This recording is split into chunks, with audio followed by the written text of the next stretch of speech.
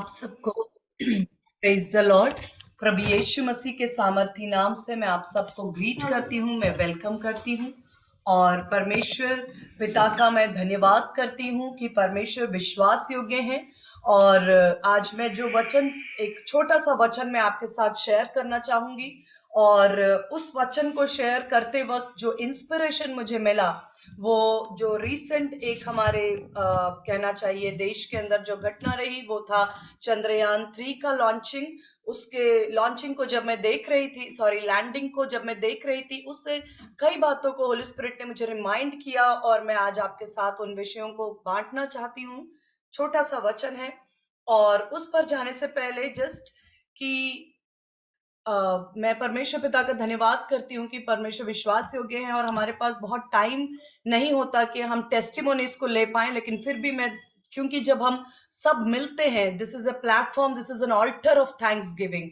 और मैं धन्यवाद देना चाहती हूँ कि बीते वीक में हमारे बीच में भाई अरविंद है, उनको परमेश्वर ने एक बहुत बड़े एक्सीडेंट से उन्होंने गवाही दी कि जिन लोगों ने देखा उन्होंने कहा कि जिस तरह से वो ट्रोला या समथिंग था और जिस तरह से वो आया आपके पास, लग रहा नहीं था कि बच पाएंगे, लेकिन प्रभु ने बहुत बड़े एक्सीडेंट से उन्हें बिल्कुल सेफ रखा। और लास्ट वीक ही अनुजा मैम का भी एक बहुत बड़ा एक ट्रोला उनके सामने से आकर उनकी गाड़ी को हिट किया और वहां वो भी अपने बेटे के साथ थी कार के अंदर और प्रभु ने उनकी भी बड़ी सुरक्षा की। कार में थोड़ा नुकसान जरूर हुआ, लेकिन हम परमेश्वर का धन्यवाद करते हैं क्योंकि हमारे लाइफ की कॉलिंग और हमारे लाइफ के असाइनमेंट्स बड़े हैं और जब तक हमारा काम इस पृथ्वी पर पूरा नहीं होता, एनिमी कोई भी कोशिश कर ले वो हमारे लाइफ को, क्योंकि हमारे लाइफ को परमेश्वर ने अपने अपने हाथों में सुरक्षित रखा है।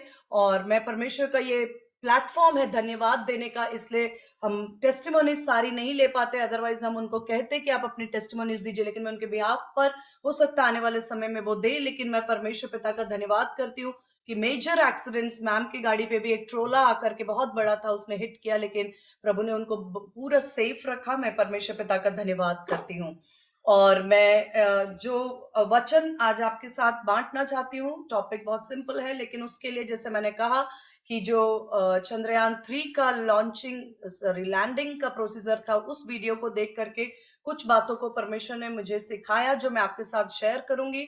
और ये उस रीति पर है जैसे कि परमेश्वर ने मोसेस को कहा कि टेबरनेकल, जो तंबू का कंस्ट्रक्शन या तंबू बनाने की संरचना होगी, उसके लिए परमेश्वर ने जो नाप और डायमेंशंस, मेजरमेंट, सारे जो डिटेल्स दिए मोसेस को, लिखा है कि वो सब बातों को दिखाया छाया के रूप में और मोसेस से कहा कि ऐसे ही तंबू को तुम बनाना, क्योंकि ये प्रतिरूप है। ऐसा एक ओरिजिनल जो तंबू है या टेबरनेकल है वो स्वर्ग में एग्जिस्ट करता है। और परमेश्वर ने मोसेस से कहा कि एक वेदी धूप की जलाने के लिए तुम बनाना, जिसको पूरी तरह से सोने से कवर किया जाए, उसके चारों, वेदी के चारों ओर 4 हॉर्न्स या सींग हो और उनको गोल्डन रिंग से पकड़कर उठाने की व्यवस्था। ये सेम चीजें जो प्रकाशित वाक्य में स्वर्ग में एक वाकई में एक गोल्डन ऑल्टर का जिक्र है,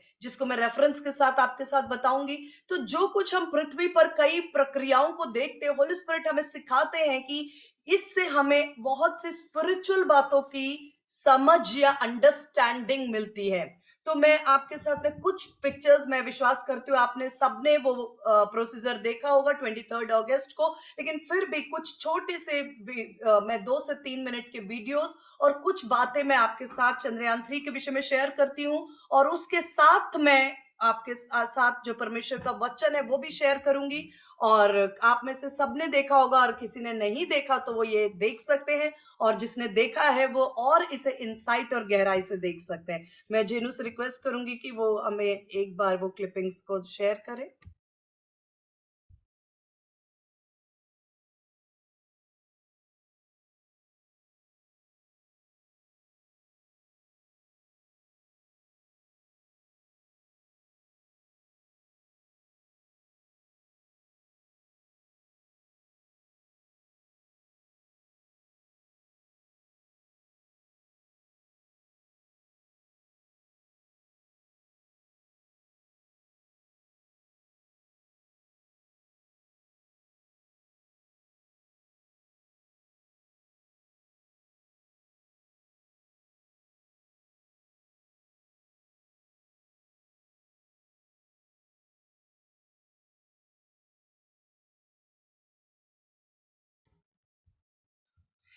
ये जब मून की लैंडिंग से पहले का एक वीडियो है, आप इसे देख सकते हैं।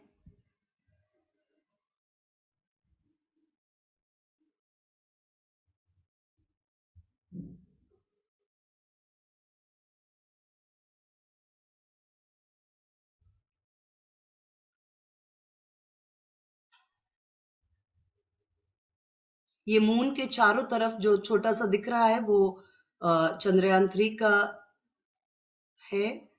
और आप एक बार पॉज, आप एक बार ध्यान से देखिए कि इसका जो ट्रेजेक्ट्री बोलते हैं या इसका जो पाथ है ना, वो बड़े सर्कल से छोटा, फिर छोटा और छोटा, यानी कि जो उस चंद्रयान 3 का जो कहना चाहिए पाथ या उसका उसका जो ऑर्बिट या घेरा है, उसका डायमीटर लगातार वो बदल रहा है, बड़े से छोटा और छोटे से छोटा हो रहा है। और ये जो इस चंद्रयान 3 का जो ऑर्बिट का बदलाव है, ये बदलाव जो है ये पृथ्वी पर कंट्रोल हो रहा है। इसका ये ऊपर बैठकर कोई कंट्रोल नहीं कर रहा है, उसका रास्ता बदलने का काम जो है वो पृथ्वी पर बैठकर साइंटिस्ट कर रहे हैं।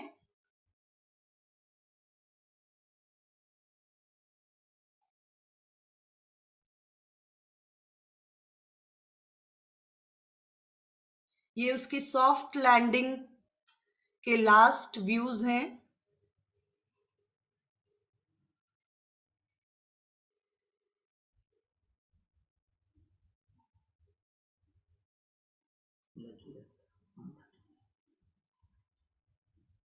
ये कुछ लास्ट की लैंडिंग का सीन है।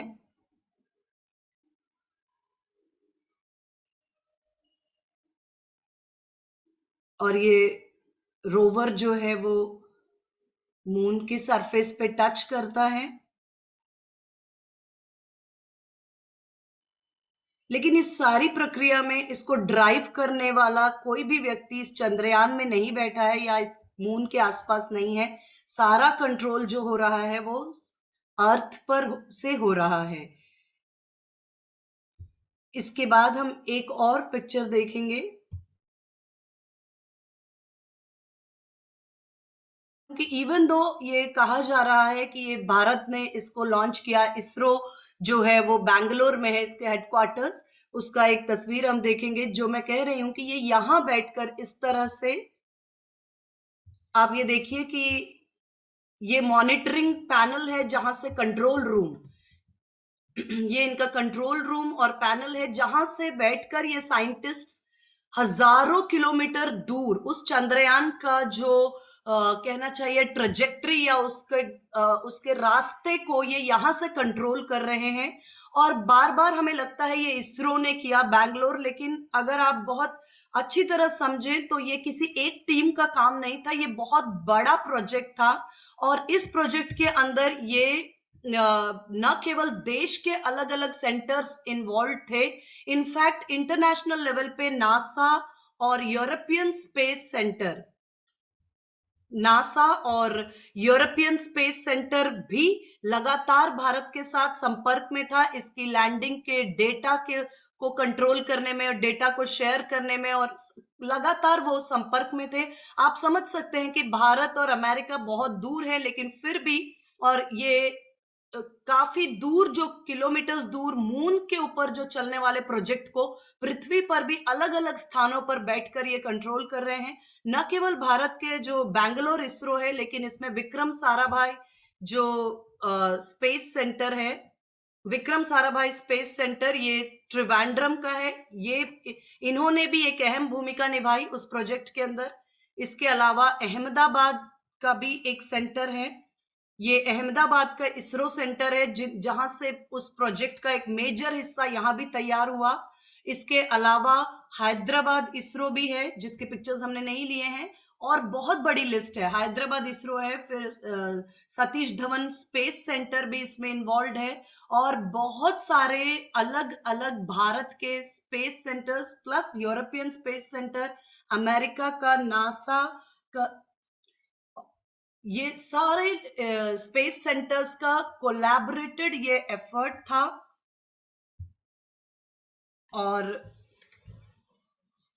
आप सोच रहे होंगे कि ये जो पिक्चर्स हैं ये हो सकता है आपने ऑलरेडी देख रखी हैं, या मैं ये जानकारी आपको क्यों दे रही हूँ, क्योंकि ये एक बहुत इम्पोर्टेंट स्पिरिचुअल मीनिंग को हमारे लिए कन्वे कर रहा था। जब मैं इस सारी प्रक्रिया को देख रही थी, सबने इसको इसरो का टीम या एस सोमनाथ को कॉन्ग्रेचुलेट किया, लेकिन इसरो का भी भारत के अलग अलग स्पेस सेंटर्स जो अहमदाबाद, हैदराबाद, ट्रिवांड्रम का विक्रम साराभाई, और मतलब लिस्ट इतनी है कि मैं इतने पिक्चर्स लेकर आपको दिखाने का मेरे पास टाइम नहीं था। ऑलमोस्ट 15 स्पेस सेंटर्स जो भारत के हैं, प्लस नासा और यूरोपियन स्पेस सेंटर जो विदेश में है, ये कोलैबोरेटेड एफर्ट था पृथ्वी पर से, और काम हो रहा था स्पेस में। और इसका हमारे लिए क्या टेक अवे या लर्निंग है? बहुत इंपॉर्टेंट टेक अवे या लर्निंग ये है कि इसरो का जो, या भारत का चंद्रयान 3 को भेजना एक मिशन के साथ था, एक उसके लिए पर्पस है, उसके लिए एक कहना चाहिए उद्देश्य के साथ उसे भेजा गया। और आम जनता की जानकारी के लिए जो हम कहते हैं वो था सॉफ्ट लैंडिंग। उसके साथ मून के सरफेस को, यानी कि चंद्रमा की सतह को बहुत गहराई से ऑब्जर्व करना, डेटा और पिक्चर्स लेकर पृथ्वी पर भेजना, और साइंटिफिक पर्पसेस के लिए कुछ खास तय उद्देश्यों को लेकर यूं ही एक मन हुआ एक प्रोजेक्ट को हम स्पॉन्सर करें, ऐसा नहीं था। क्योंकि इस प्रोजेक्ट में अगर रफली भारत का $75,000 या उससे भी बहुत बड़ा करोड़ों का ये प्रोजेक्ट था, और इसके पीछे बहुत से महत्वपूर्ण उद्देश्य थे। लेकिन इस उद्देश्य को सफलतापूर्वक चंद्रमा तक पहुंचाने के लिए कोई एक व्यक्ति जो है वो रिस्पॉन्सिबल नहीं था। ये चाहे हम एक या दो या ज्यादा से ज्यादा 4-5 लोग जानते हैं जो इस टीम में इन्वॉल्व है, लेकिन एक्चुअली बहुत सारे लोग इसमें इन्वॉल्व थे। सेकंड बहुत इंपॉर्टेंट पॉइंट ये है कि इस मिशन के पहले एक और मिशन हुआ था जो सॉफ्ट लैंडिंग नहीं कर पाया, वो फेल हुआ। और जब वो पिछला मिशन फेल हुआ तो कहीं भी जो साइंटिस्ट थे वो जरूर निराश हुए, उन्हें सेटबैक लगा, वो अपसेट हुए। और मैंने तो लिटरली वो पिछला जो फेल हुआ था वो भी देखा था। उस समय टीम को हेड कर रहे थे के सिवान, और उस समय उनकी आंखों में आंसू भी आ गए थे। लेकिन उन्होंने वहां हार नहीं मानी। ये बात 2021 की है। वापस से उन्होंने अपनी गलतियों पर वर्क किया, और जो भी फेलियर्स रहे उनको समझा, और वापस से वो एक बार फिर से इसे लैंड करने के लिए तैयारी किए, और इस बार सफलतापूर्वक वो भेज पाए। तो इससे हमारे जीवन के लिए क्या सीखने की बातें हैं? सबसे बहुत इंपॉर्टेंट पॉइंट ये है कि जो कुछ जैसे चंद्रयान 3 लैंड तो मून पर हो रहा है, लेकिन उसका कंट्रोल मून से नहीं हो रहा है, न ही चंद्रयान 3 के अंदर कंट्रोल है। कंट्रोल सिस्टम पूरी तरह से कहीं और है। कंट्रोल सिस्टम कहीं और है, प्रोजेक्ट कहीं और काम कर रहा है। ये हमारे आत्मिक जीवन की समझ के लिए बहुत जरूरी है कि हम सोचते हैं कि हमें जो आप जो आत्मिक जगत में सारी बातों का कंट्रोल सिस्टम होता है, आत्मिक जगत से बातें कंट्रोल की जाती हैं, और उसका प्रगटीकरण, जैसे आपने देखा कि उस चंद्रयान का जो पाथ या जो उसका डायमीटर था वो लगातार छोटा होते हुए मून पर पहुंचा। उस डायमीटर का कंट्रोल, उसका रास्ता, उसका पाथवे का कंट्रोल पृथ्वी पर से हो रहा था। हम कई बार इस बात को हमें समझना है कि जो बातें, घटनाएं आपको दिखाई दे रही हैं, उन घटनाओं में जाकर उलझना नहीं है, उनका कंट्रोल सिस्टम को समझना है कि वो आत्मिक जगत में परमेश्वर ने हमें कंट्रोल सिस्टम दिया है। और जैसे मैंने बताया कि ये एक जगह से नहीं हुआ है, सिर्फ इसरो बैंगलोर से, यहाँ नासा से लेके यूरोपियन से लेके भारत के भी कई स्पेस सेंटर,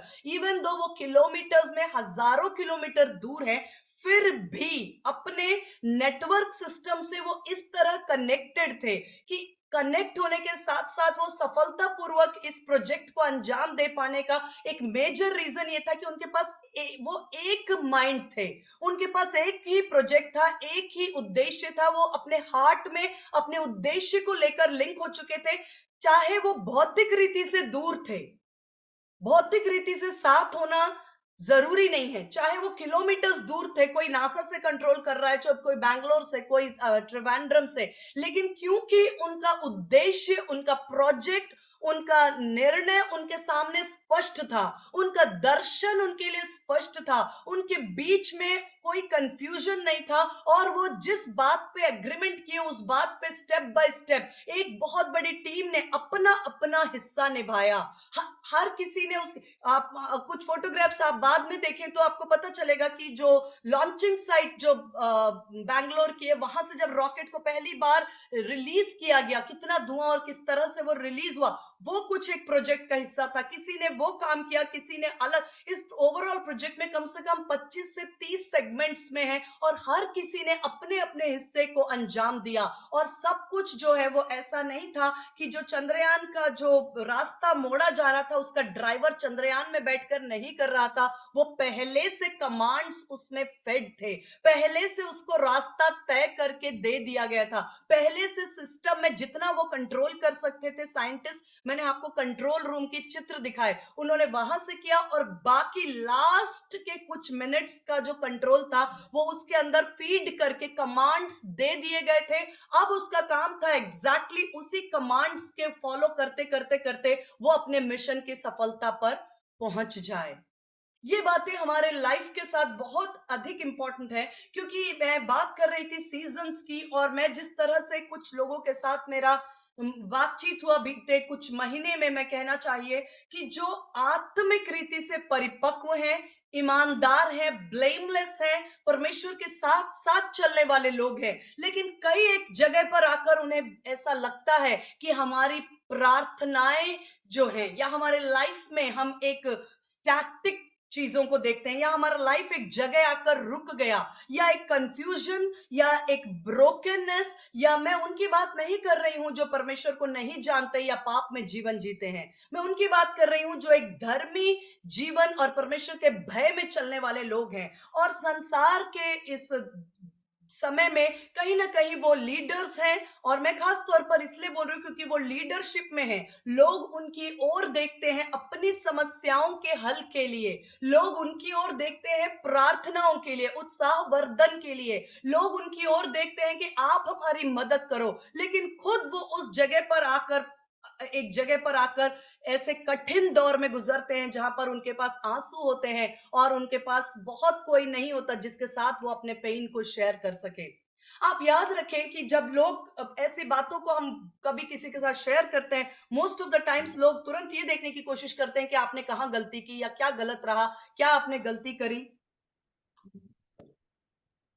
लेकिन it's not always that way, हमेशा ऐसा नहीं होता। एक बात याद रखें, जो दूसरा कुरिन्थी 4 अध्याय में लिखा है कि परमेश्वर ने अपनी महिमा के धन को मिट्टी के बर्तनों में रखा है, महिमा के धन को मिट्टी के बर्तनों में रखा, और मिट्टी के जो बर्तन हैं वो वियर एंड टीयर के लिए वो प्रोन है, मतलब उसमें घिसना, टूटना, चोट लगना, ये बातें उसमें संभव है। वो बर्तन जो हैं वो अनबीटेबल नहीं है। परमेश्वर ने महिमा के सामर्थी ट्रेशर्स, अद्भुत धन, प्रेशियस चीजों को रखा है, लेकिन मिट्टी के बर्तन में रखा है। और मिट्टी जो है वो चोट खाने के लिए और उसे इन चीजों में से होकर गुजरना पड़ता है, वेयर एंड टीयर जिसको हम बोलते हैं, समय के साथ घिसना, चोट खाना, हर्ट्स, वुंड्स, बहुत सी बातों में से होकर गुजरना होता है। लेकिन मैं परमेश्वर पिता का धन्यवाद करती हूं कि जिस तरह से मैंने 2 उदाहरण आपको बताए, इससे पहले एक मिशन था जो भारत का फेल हुआ, लेकिन वहां हमारे साइंटिस्ट ने मैंने खुद उनके हेड ऑफ द टीम जो के सिवान उस समय इसरो के हेड थे, उन्होंने प्रधानमंत्री जी के कंधे पर सर रखकर वो रोए भी। आप समझ सकते हैं, इतने बड़े टीम के लीडर थे। और वो, और हमारा मेल कहना चाहिए सोविनिस्टिक सोसाइटी है, जहां पर लोग एक्सपेक्ट नहीं करते कि कोई रोए, लेकिन उन्होंने आंसू बहाए, ये बात सच है। वो उनका हार्ड टाइम था, उनके बहुत समय का मेहनत, उनकी टीम ने 3 महीने से उनकी टीम घर नहीं गई थी। उनका कहना था कि 2 से 3 महीने से हमारी टीम के लोग घर नहीं गए, रात और दिन उन्होंने काम किया है, और यहां आकर हमारा मिशन का फेल होना उनके लिए एक पेनफुल अनुभव था।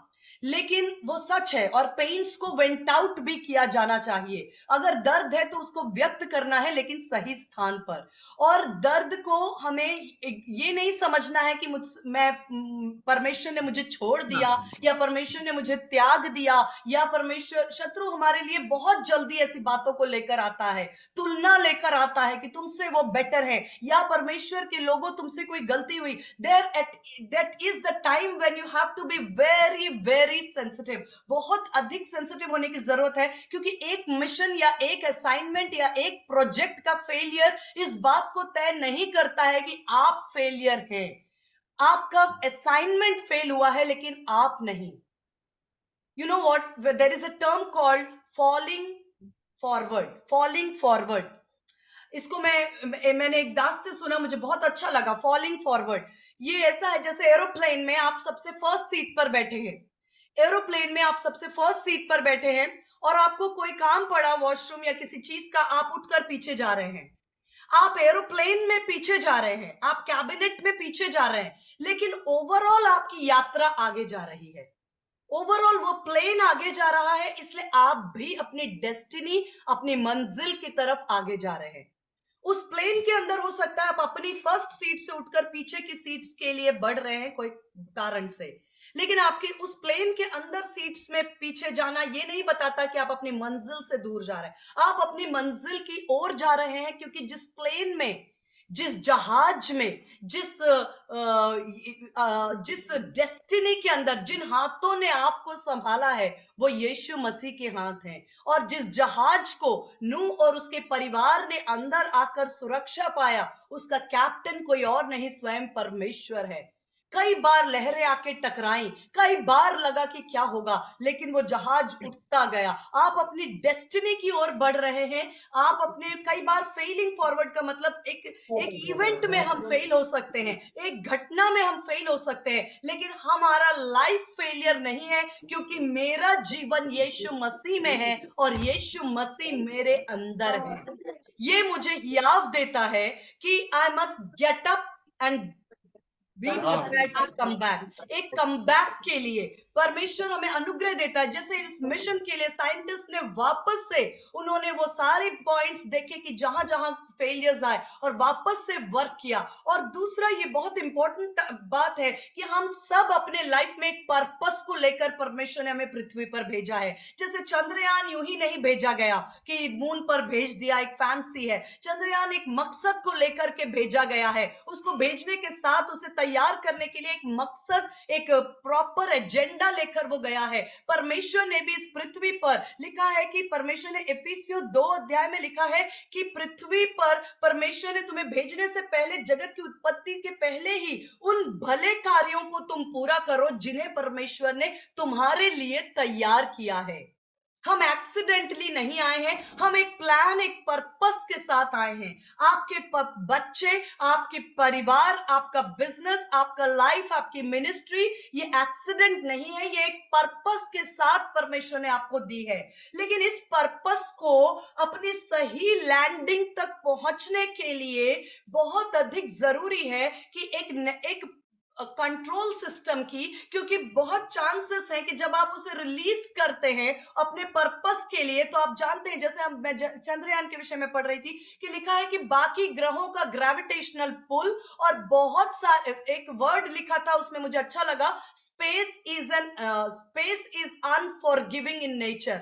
मतलब जो अंतरिक्ष होता है, वो, उसके पास कोई दया, कोई क्षमा नहीं होती है। वो जैसा उसे किसी चीज के साथ, डिवाइस के साथ जैसा पेश आना है, क्रूरता के साथ, वो वैसा ही पेश आता है। जिसे खत्म करना है वो खत्म ही कर देता, उसके पास दया या क्षमा या नहीं होता। ऐसा ही स्पेस में परमेश्वर ने, इस विकेड वर्ल्ड में, परमेश्वर के वचन में लिखा, मैं तुम्हें भेड़ियों के बीच में, तुम्हें भेड़ के समान भेजता हूं। ये संसार जो उस दुष्ट के वश में पड़ा है, इस संसार जो दुष्ट के वश में पड़ा, वहां परमेश्वर हमें एक मिशन के साथ, उन कार्यों के लिए जो परमेश्वर ने जगत की उत्पत्ति के पहले से हमारे लिए तैयार किए, उस मिशन के साथ, उस प्रोग्राम के साथ, उस पर्पस के साथ भेजा है। लेकिन जब उस प्रोग्राम और पर्पस में हम चलते हैं, वातावरण और बहुत सी परिस्थितियां और बहुत सारे एंटी क्राइस्ट एलिमेंट्स, जो मसीह विरोधी ताकतें हैं, न केवल वो मसीह विरोधी ताकतें सिर्फ सताव के रूप में आती हैं, लेकिन डिमोनिक फोर्सेस हैं,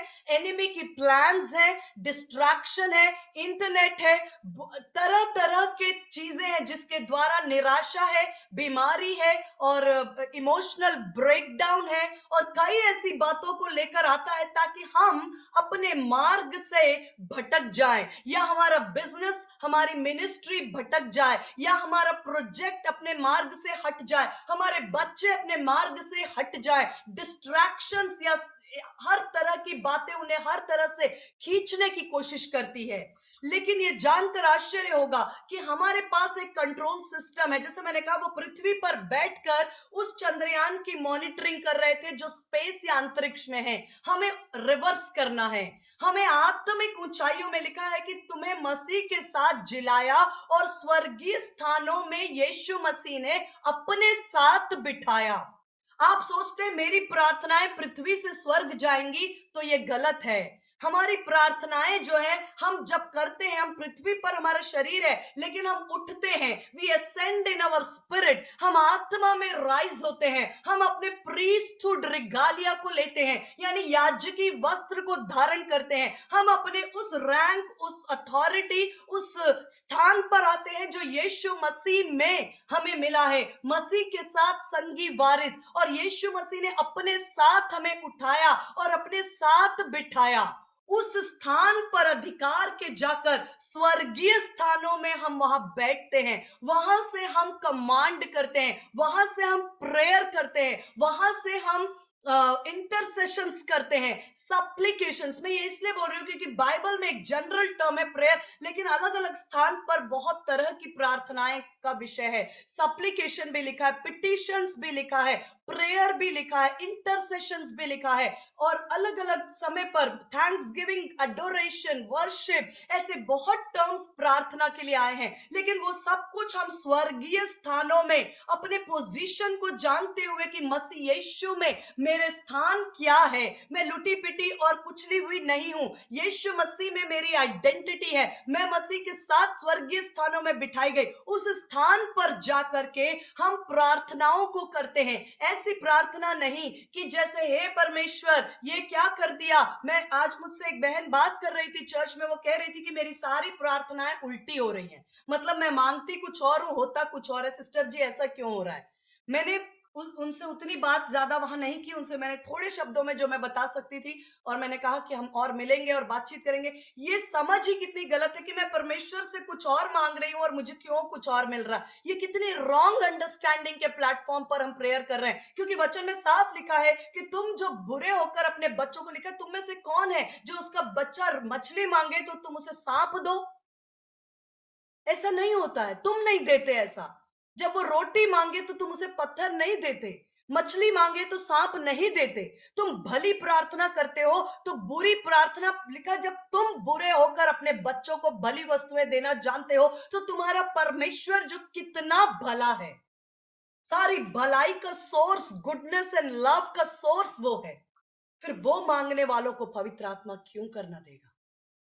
अगर हमारी समझ सही नहीं है तो हमारे लाइफ को एनिमी मैनिपुलेट करता है, हमारे विचारों को वो खेलता है, विचारों को भ्रमित करता, धोखा छल से भर देता है, और वो वहां से हमारे लाइफ को डिप्रेशन में, ऑप्रेशन में लेकर जाता है, पर उसे अवसर ना मिले। हमें इस बात को अच्छी तरह से जानना है कि मैं पृथ्वी से प्रार्थनाओं को स्वर्ग में नहीं पहुंचा रही हूं, स्वर्गीय स्थानों में बैठकर परमेश्वर के वचन के द्वारा जब आप कमांड करते हैं, आप अपने बच्चों के विषय में प्रार्थना करते हैं, तो परमेश्वर के सामने अपने वचन को लेकर उनके अंदर कमांड्स को फीड करें। हम अपने भविष्य में नहीं जाते, हम अपने भविष्य में प्रार्थनाओं को भेजते हैं। हमारी प्रेयर एक प्रोग्रामिंग है, हमारी प्रार्थना एक प्रोग्रामिंग है जो भविष्य में जा करके वहां की सारी बातों को वर्कआउट करती है। जब आप प्रार्थना करते हैं, मेरी संतान यहोवा की सिखलाई हुई होगी, मेरी संतान घबराहट के लिए उत्पन्न नहीं होगी, मेरी संतान, परमेश्वर ने जो दी है वो पृथ्वी पर पराक्रमी होंगे, वो सिर ही ठहरेंगे, पूंछ नहीं, वो उधार देने वाले बनेंगे, लेने वाले नहीं। धन्य है हम आने में, धन्य है वो जाने में, धन्य है मेरा बिजनेस, धन्य है मेरे खेत, धन्य है मेरा फील्ड, मेरा फैमिली, मेरा जॉब, मैं जिस काम में हाथ लगाती वो धन्य है। आप रात और दिन, परमेश्वर ने यहोशू से कहा व्यवस्था की ये पुस्तक तेरे चित्त से न उतरने पाए, मेडिटेट ऑन इट। मुझे लगता है बीते समय में जून में प्रिया ने एक बार सेशन लिया था, उसने मेडिटेशन के बारे में बताया था कि जो संसार मेडिटेशन करता है उसमें वो कहते हैं ब्लैंक हो जाओ, शांत हो जाओ, विचारों को हटा दो, खाली हो जाओ। लेकिन क्रिश्चियन मेडिटेशन ऐसा नहीं है। हम जब मेडिटेट करते हैं हमारे पास परमेश्वर के स्क्रिप्चर्स, जीवित कलाम होता है, जीवित वचन होता है। और शायद हिब्रू में उसने बताया था वचन को बुदबुदाना, लगातार वचन को कहते रहना, वचन को कहते रहना, वचन को कहते, अपने आप स्वर्गीय स्थानों में बैठकर वचन को जब आप भेजते हैं, वचन को आप कमांड्स को फीड कर रहे हैं। आप देखिए जैसे हमने देखा चंद्रयान की ट्रैजेक्टरी या उसका रास्ता कैसे बदल रहा है, और उसका रास्ता बदलने वाले लोग इस पृथ्वी पर बैठकर अंतरिक्ष में काम कर रहे हैं। तो क्यों हम अंतरिक्ष में, हम स्वर्गीय स्थानों में अपने स्थान को लेकर, क्या हम पृथ्वी पर परिवर्तन नहीं ला सकते? क्या वो मार्ग जो क्लब की ओर जा रहा है उन कदमों को बदलकर चर्च की ओर नहीं फेर सकते? वो लोग जो पाप और बुराई में जा रहे हैं, क्या उनके कदमों को आपकी प्रार्थनाएं और परमेश्वर के वचन के साथ आप कमांड करके उनके रास्ते को परमेश्वर के भवन की ओर क्या हम नहीं मोड़ सकते? बिल्कुल यही सच्चाई है, क्योंकि ये जो मिशन काम करते हैं ये कहीं ना कहीं स्पिरिट रैम की अंडरस्टैंडिंग को ही फिजिकल रैम में ये एक्सरसाइज करते हैं। और जब हम काम करते हैं, हम परमेश्वर के जैसे हम टीम हैं। आप हो सकता है आज जबलपुर में है, हो सकता है हम राजस्थान में है, कोई हो सकता है कि वो एमपी में है, कोई छत्तीसगढ़ में है, कोई जो है वो महाराष्ट्र में है। हम अलग अलग स्थान पर हो सकते हैं, लेकिन अगर हमारा विजन क्लियर है, अगर हमारा दर्शन क्लियर है, अगर हमारी समझ और अंडरस्टैंडिंग बिल्कुल क्लियर है कि हमारे पास पर्सनल एजेंडा नहीं है, मेरा राज्य आए और तेरा राज्य आए, ऐसा कुछ नहीं है। सिर्फ परमेश्वर का राज्य आए आपके शहर में, मेरे शहर में, आपके परिवार में, मेरे परिवार में, आपके बच्चों के जीवन में। जैसे स्वर्ग में परमेश्वर का ऑर्डर पूरा होता है, वैसे हमारे बच्चों के जीवन में परमेश्वर का अधिकार पूरा होने पाए। यदि हमारा विजन क्लियर है, हम एक दूसरे के साथ कनेक्ट होते हैं, हम फिजिकली दूर हैं लेकिन हम नेटवर्क में, स्पिरिट में, हम आत्मा में एक साथ कनेक्ट होते हैं। और अलग अलग स्थानों से जब ये प्रार्थनाएं उठती हैं, जब ये प्रेयर्स होते हैं, आप याद रखें कि ये जब प्रेयर्स जब हम करते हैं, ये कोई जो है वो दुष्टता के मार्गों में चलते चलते अचानक एक उड़ाऊ पुत्र के समान उसे लगता है ये क्या है, मैं सुअरों के बीच बैठा हूं, अपने आपे में आ जाते हैं। आप वहां से, आप अपने कमरे में बैठकर आप जूम मीटिंग में प्रेयर कर रहे हैं अपनी टीम के साथ, जो आपके साथ एक मन, एक स्पिरिट है, एक दर्शन, एक उद्देश्य है। आप प्रेयर कर रहे हैं, वो चाहे 2 3 4 भी क्यों ना हो, बहुत जरूरी नहीं है बहुत बड़ी भीड़ हो। यीशु मसीह ने भी अपने कोर टीम में सिर्फ 3 लोगों को ही लेकर हमेशा सारी बातों को रिलीज किया, पीटर, जेम्स एंड जॉन। तो कोई बात नहीं, लोगों का नंबर मैटर नहीं करता। लेकिन जब आप प्रेयर कर रहे हैं, कई उड़ाऊ पुत्र हैं जो अपने आपे में आ रहे हैं, उन्हें एहसास हो रहा है कि वो सुअरों के बीच पड़े हैं। कई जो लोग हैं वो आपे में आ रहे हैं, उन्हें एहसास हो रहा है कि ये पौलुस जो है, कई जो साउल है वो पौल में बदल रहे हैं, कई साउल है जिन्हें दर्शन मिल रहा है प्रभु यीशु मसीह का, और वो परमेश्वर के राज्य के लिए काम करना स्टार्ट करते हैं। कई जो मेरी मगदलिनी है जो दुष्टात्माओं से आजाद हो रही हैं, कई रूथ है जिन्हें अपनी डेस्टिनी मिल रही है, कई एस्तर है जिन्हें बल मिल रहा है कि वो अपने पोजीशन पर खड़े होकर अपने कार्य को अंजाम दे सके। हम अपने प्रेयर के साथ में, अपने जो परमेश्वर ने हमें जो स्थान दिया है आत्मिक जगत में, हमें स्वर्गीय स्थानों में बिठाया, वहां बैठकर जब हम एक मन, एक चित, एक नेटवर्क, एक टीम बन जाते हैं, तो हम बड़े बड़े प्रोजेक्ट्स को जो परमेश्वर के हैं, परमेश्वर के इंटरेस्ट के हैं, परमेश्वर के दर्शन और राज्य के, उनको हम अंजाम देते हैं। And that is true. जो दिखता है वहां जाकर चेंजेस करने की जरूरत नहीं है। आप अपने प्रेयर क्लोजेट में बैठकर बहुत से बातों का जो उनका रास्ता बदल सकते, जैसे चंद्रयान का रास्ता लगातार उसका जो डायमीटर था वो छोटा करते करते करते मून पर पहुंचाया गया, उसको कंट्रोल करने वाली टीम पृथ्वी पर थी। ऐसे ही आप स्वर्गीय स्थानों में बैठकर जो कुछ पृथ्वी में और जो कुछ आपके शहर में, जो कुछ आपके सिस्टम में गड़बड़ियां हैं, उन चीजों को, इलेक्शंस आ रहे हैं, यहां से प्रार्थनाएं, कलीसिया जब प्रार्थना करती है, कलीसियाओं में एक मन एक चित होकर के, तो हर एक गलत और करप्ट और भ्रष्ट बातें गिरा दी जाती हैं और परमेश्वर की ओर से ठहराए हुए लोग ऊंचे पदों पर स्थापित होते हैं और परमेश्वर की मर्जी को वो वहां से डिस्पेंस डाउन करते हैं। याद रखें कि जरूरी नहीं हर कोई विश्वासी हो, कई ऐसे साइरस राजा के समान परमेश्वर का चुनाव होते हैं, जिन्हें साइरस वो राजा था जिसे जो अन्य जाति राजा था, तो लेकिन परमेश्वर ने उसे चुना था अपने प्रोजेक्ट को पूरा करने के लिए। परमेश्वर ऐसे साइरस उसको, राजाओं को, अधिकारियों को स्थान पर उठाता है जिनके द्वारा परमेश्वर का राज्य और परमेश्वर की बातें जो है एक फोरग्राउंड तैयार होता है। जब मैं प्रार्थना के विषय में बात करती हूँ, मेरा समय मुझे आज अलाउ नहीं करता, अगर होली स्पिरिट ने मुझे अनुग्रह दिया मैं नेक्स्ट वीक इसको कंक्लूड करूंगी, लेकिन जब मैं प्रार्थना की बात करती हूँ, कई बार लोगों में वियरीनेस आता है, वियरीनेस की, बहुत प्रार्थना किया सिस्टर, बहुत प्रेयर किया, पता नहीं प्रार्थनाएं कहाँ जाती हैं और प्रार्थनाओं का क्या होता है, और बहुत लंबे समय तक प्रार्थना करने के बाद कहीं ना कहीं वेयरीनेस आती है कि अब शायद इस विषय पर प्रार्थना करना मुझे छोड़ देना चाहिए। मैं आपको उत्साहित करने के लिए एक रेफरेंस जरूर लूंगी आज। रेवलेशन चैप्टर 5 वर्स 8 आपके लिए पढ़ूंगी, प्रकाशित वाक्य उसका 5वां अध्याय और उसका 8वां पद। प्रकाशित वाक्य 5वां अध्याय और उसका 8वां पद। मैं आपको विषय में बताना चाहती हूँ प्रेयर्स, जिसको आप कहते हैं, बाइबल में अलग अलग टर्मिनोलॉजी है, प्रार्थना, मध्यस्थी की प्रार्थना, इंटरसेशन, पिटिशंस, जिसको जैसे कोर्ट में पिटिशन दिया जाता है, जब न्याय की बात होती है, जब एक सिस्टम के अंदर आप न्याय की पुकार करते हैं तो पिटिशन फाइल करना पड़ता है, उसके अंदर आपको अपनी बातों को सिद्ध करना होता है पिटिशन में कि क्यों। अगर आप कहते हैं कि परमेश्वर मुझे ये बातें होनी चाहिए मेरे जीवन में, तो सवाल है क्यों। तो आप परमेश्वर के वचन से कहते हैं कि परमेश्वर आपने अपने वचन में लिख कर दिया है कि यदि तुम परमेश्वर के मार्गों में चलो तो तुम्हारे खत्ते भरपूर होंगे। जो वर्ष टिड्डियों ने खा लिए उनको परमेश्वर आपने कहा है कि जो वर्ष टिड्डियों ने खा लिए उन्हें मैं लौटा कर दूंगा, आपने अपने वचन में कहा है। और परमेश्वर के वचन में यशाया 41 अध्याय में शायद कहीं लिखा है, परमेश्वर ने कहा तू मुझे बता, तू अपने आर्ग्यूमेंट्स मेरे सामने, वो पिटीशन के लिए होता है, जब एक कोर्ट रूम के समान होता है कि परमेश्वर आपने कहा है कि ये टिड्डियों ने जो वर्ष मेरे खा लिए उन्हें आप लौटा कर देंगे, मेरे अन्न और दाख मधु और दाख रस पर आप ब्लेसिंग देंगे। आपने इन वचनों को मेरे लिए कहा है, आपने कहा मैं तेरे सिर पर तेल मलूंगा, मेरा कटोरा उमड़ता रहेगा, मेरे शांति का कटोरा, उत्साह का कटोरा, मेरे पवित्रात्मा का कटोरा, ओ फाइनेंसेस का कटोरा,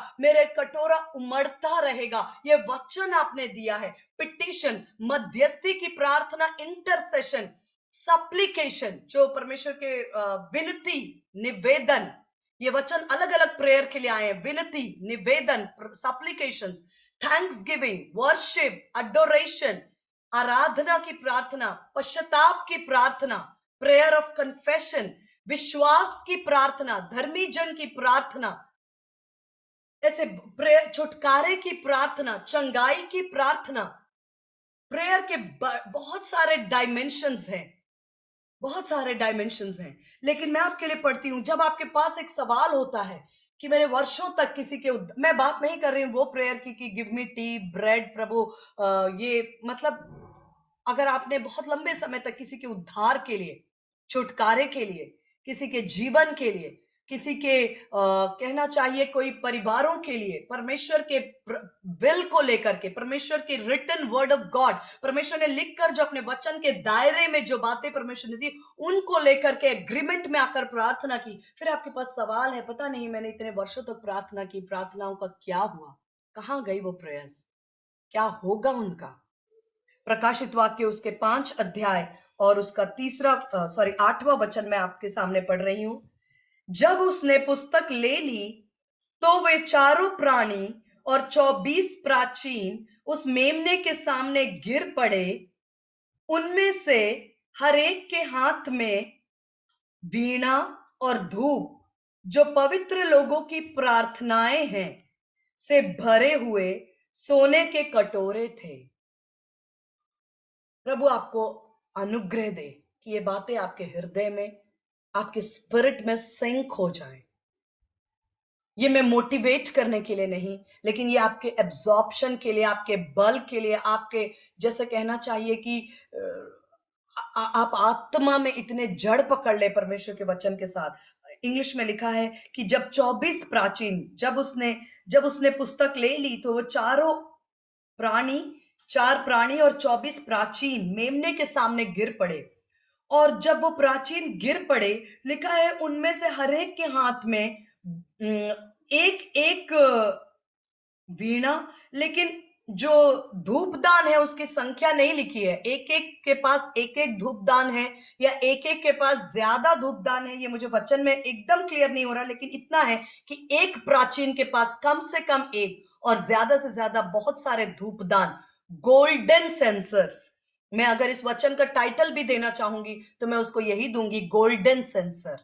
सोने का धूपदान, golden sensor, golden bowls full of incense, सोने के धूपदान में जो कि पवित्र संतों की प्रार्थनाएं हैं।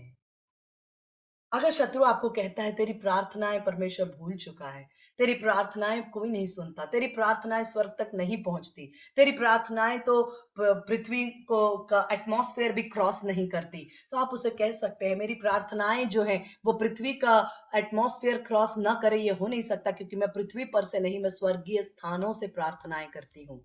मैं उस अधिकार और उस आइडेंटिटी में आकर प्रार्थना करती हूँ जो यीशु मसीह में मेरे लिए है।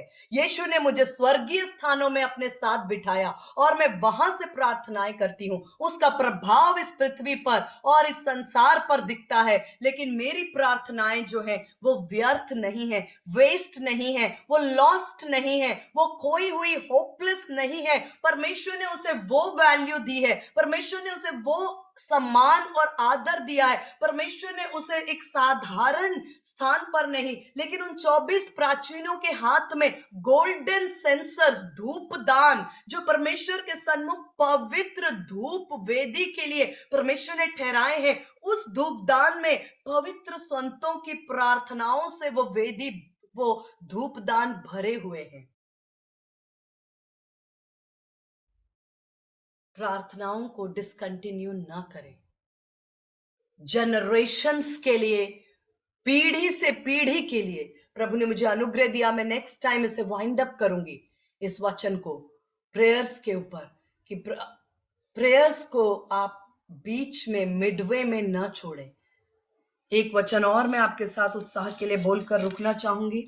8वां अध्याय और उसका रेवलेशंस, प्रेरितों के कार्य, सॉरी प्रकाशित वाक्य रेवलेशंस, उसका 8वां अध्याय और उसका 2-3 मैं पढ़ रही हूं। तब मैंने उन 7 स्वर्गदूतों को देखा जो परमेश्वर के सामने खड़े रहते हैं, और उन्हें 7 तुरहियां दी गई हैं, उन्हें 7 तुरहियां दी गई हैं। फिर एक और स्वर्गदूत सोने का धूपदान लिए हुए आया और वेदी के निकट खड़ा हुआ, और उसको बहुत धूप दिया गया। फिर एक स्वर्गदूत आया और लिखा है कि उसके पास एक सोने का धूपदान लिए हुए आया, वेदी के निकट वो खड़ा हुआ, और उसमें बहुत धूप दिया गया कि सब पवित्र लोगों की प्रार्थनाओं के साथ सोने की उस वेदी पर जो सिंहासन के सामने है चढ़ाई जाए। सोने का धूपदान, उसमें बहुत सारा धूप डालकर उसे सुगंधित और उसे बहुत ही पवित्र करके उन प्रार्थनाओं को उंडेला गया है। कहां? सोने की वेदी पर, गोल्डन ऑल्टर। आपकी प्रार्थनाएं जो आपने वर्षों से की हैं, किसी के उद्धार के लिए और अपने बच्चों के लिए, या अपने किसी भी परमेश्वर के प्रोग्राम को पूरा करने के लिए, आप परमेश्वर के वचन के अलाइनमेंट में आकर आपकी जो प्रेयर्स रही, मैं उन प्रार्थनाओं के विषय में नहीं कह रही हूं जिसमें हम नासमझी की प्रार्थना करते हैं। कई बार लोग कहते हैं कि अरे उसने मेरे साथ इतना बुरा किया, प्रभु उसको तू दंड दे दे। इस तरह की नासमझी की इमैच्योर प्रेयर्स की बात नहीं कर रही हूं। मैं वो प्रार्थनाएं जो पवित्र आत्मा हमें अंदर से प्रेरित करता, वरन पवित्र आत्मा स्वयं हमारे अंदर से आहें भर कर पिता की इच्छा के अनुसार प्रार्थनाओं के लिए उभारता है, जो वचन के अनुसार है, जो पवित्र आत्मा की समझ के अनुसार है, हमारे परमेश्वर के कैरेक्टर के समझ के अनुसार है।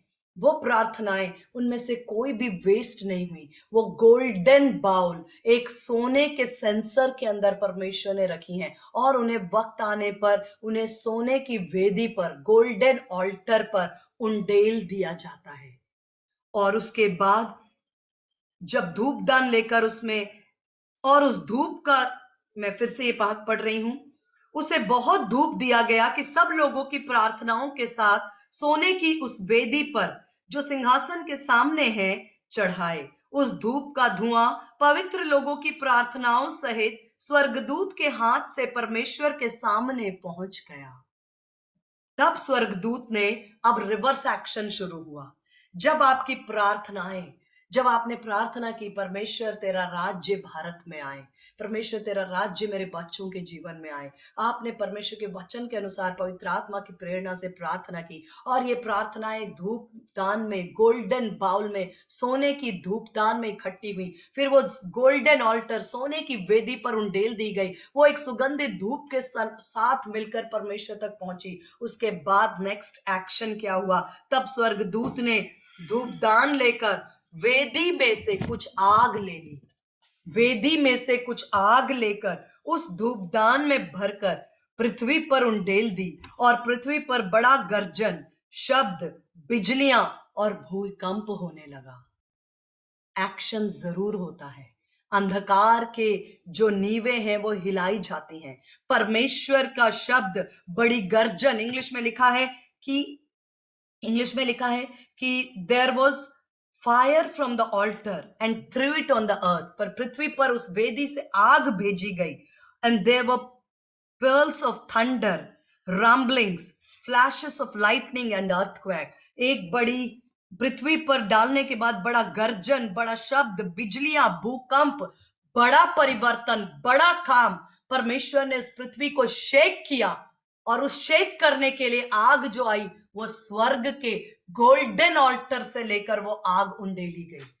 जो सोने की वेदी है उससे आग लेकर उस सेंसर में भरकर स्वर्गदूत ने जब पृथ्वी पर उंडेला, बड़ा भूडोल हुआ। अंधकार की वेदियां, नींवें हिल गई। आप जानते हैं पौलुस और सिलास जब बंदी गृह में थे और बंदी गृह की नींवें हिल गई, तब क्या हुआ? जब बंदी गृह की नींवें हिलती हैं, जब पृथ्वी की नींवें हिलती हैं, जब अंधकार की वेदियां हिलती हैं, जादू टोने की वेदियां हिलती हैं, जब अंधकार की सामर्थ हिलाई जाती है, परमेश्वर का शब्द बड़े गर्जन और बड़े शब्द के साथ, लाइटनिंग फ्लैशेस के साथ उतरता है, तब बहुत से लोग उद्धार पाते हैं। अंधकार का राज्य मिटता है, सुसमाचार पर पड़ा पर्दा फट जाता है, लोगों की मन की आंखें ज्योतिर्मय होती हैं, यीशु मसीह उद्धार करता है। इस बात को जानकर एक बड़ा समूह प्रभु यीशु मसीह को ग्रहण करता है। वो समूह आपके बच्चों का भी हो सकता है, आपके नाती पोतों का हो सकता है, आपकी जनरेशंस का हो सकता है, जिनकी आंखों को बहुत समय तक शत्रु ने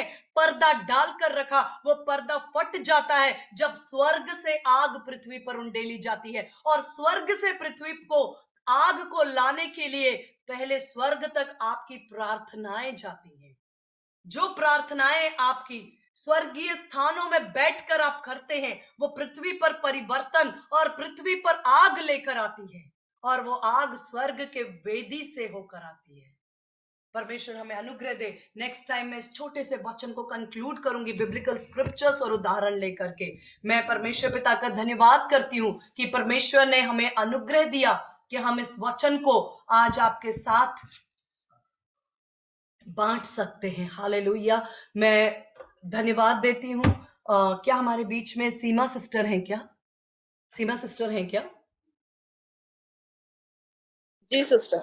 सिस्टर, मैं आपसे रिक्वेस्ट करती हूँ कि आप हमारे इस पूरे टीम के लिए, वचन के लिए प्रार्थना में अगुवाई करें।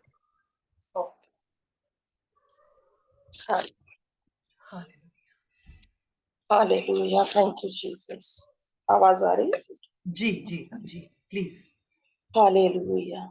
Thank you Jesus. प्रभु, आपके काम अद्भुत है, क्योंकि आप अद्भुत युक्ति करने वाले पराक्रमी परमेश्वर हैं। आपके कार्य करने का तरीका प्रभु जी फर्क है। अब मनुष्यों को आपने बनाया और हम आपको समझने में प्रभु कई बार गलतियां करते हैं, फिर भी आप सिखाते हैं प्रभु अपने दास दासियों के द्वारा कि हमें प्रभु हार नहीं मानना है, हमें जीवन में आगे बढ़ना है, क्योंकि हमें आगे बढ़ाने वाले आप हमारे साथ में हैं। आपकी सामर्थ के लिए, आपके उस अद्भुत कार्यों के लिए प्रभु, जो आप इस पृथ्वी पर हमारे लिए करते हैं, हमारे जीवनों के लिए करते हैं, हम मिलकर धन्यवाद देते हैं। पिता परमेश्वर, जो बातें हमारी लिए कठिन है, समझ से परे हैं, दिखाई नहीं देती हैं, उत्तर नहीं मिलते हैं प्रभु, इन परिस्थितियों में पवित्र आत्मा हम सबको आज जो हमने वचन से सुना है, सीखा है, आशीष पाई है, उसके लिए हम धन्यवाद करते हैं और हम आपसे प्रार्थना करते हैं कि इन बातों को पूरा होने तक हमें धीरज की आत्मा से परिपूर्ण करिए। हमें उस ठहराव में प्रभु लगातार बने रहे, हम आपके साथ जुड़े रहें जब तक ये मिशन यीशु मसीह में सफल ना हो जाए, क्योंकि आप हमारे जीवनों को के कंट्रोलर हैं। धन्यवाद देते हैं प्रभु, जो आत्मिक बातों को बहन के द्वारा आप हमें सिखाते हैं, आपके वचनों के द्वारा आप हमें आगे बढ़ने के लिए प्रेरित करते हैं, इसके लिए हम धन्यवाद करते हैं।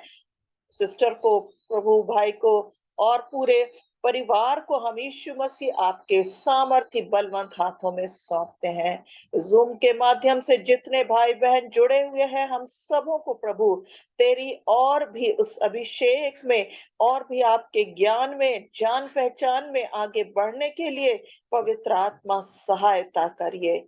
और आगे भी प्रभु हम तेरी गहरी बातों को और वो बातें जो हमारे चित्त में नहीं चढ़ती हैं, जो हम नहीं समझ पाते हैं, वो भेद प्रभु खोले जाएं और आपका आगमन के लिए खुदावंद और भी तैयार होते जाएं।